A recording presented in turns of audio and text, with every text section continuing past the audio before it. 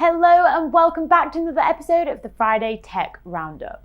I'm Louise and I'll be giving you the inside scoop on all the latest and greatest tech news from the past week.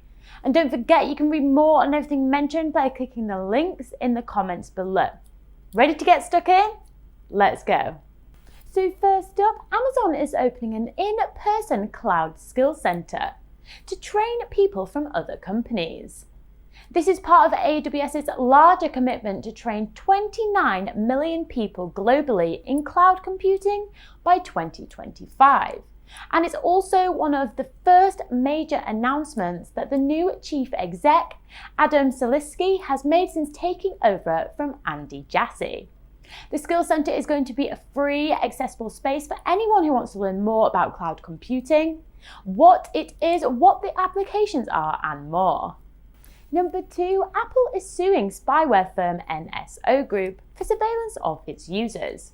The tech giant filed the lawsuit against the group, which was recently blacklisted by the Biden administration for acting against foreign policy and national security interests of the US. Apple had previously downplayed the threat posed by the spyware, but concerns among tech companies are increasing about the proliferation of attacks against users. Number 3, the National Cybersecurity Centre is committing to more diversity measures. They have outlined 5 commitments in total, including engaging more closely with students from underrepresented groups, increasing the number of women that are offered places on their Cyber First bursary scheme, changing some of their recruitment processes, eliminating gender and ethnic minority pay gaps in-house, and providing more information and support to its employees to promote a fully inclusive working environment. Number 4, a digital bank has introduced a 4-day work week. In an effort to pursue its goal of improving staff well-being and productivity, Atom Bank has introduced a 4-day work week with no reduction in pay.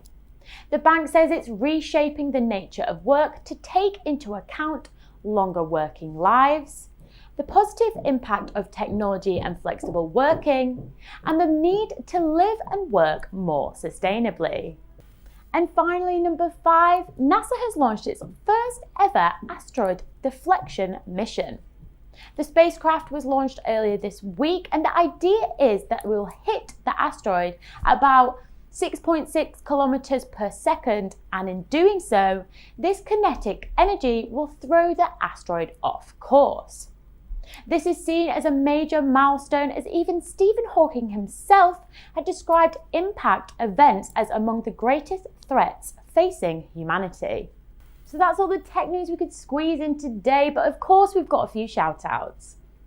We'd just like to say a huge thank you to everyone who came to our Container Security DevOps Playground last night, and a big thank you to Cameron Harper for running the session.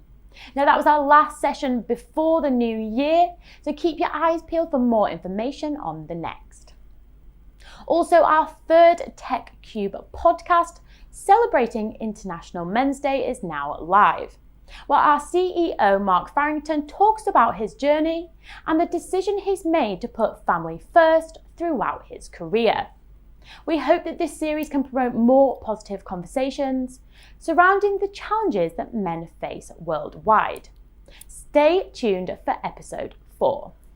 So thank you for joining me on this week's episode of the Friday Tech Roundup. I'll see you next week with even more tech news.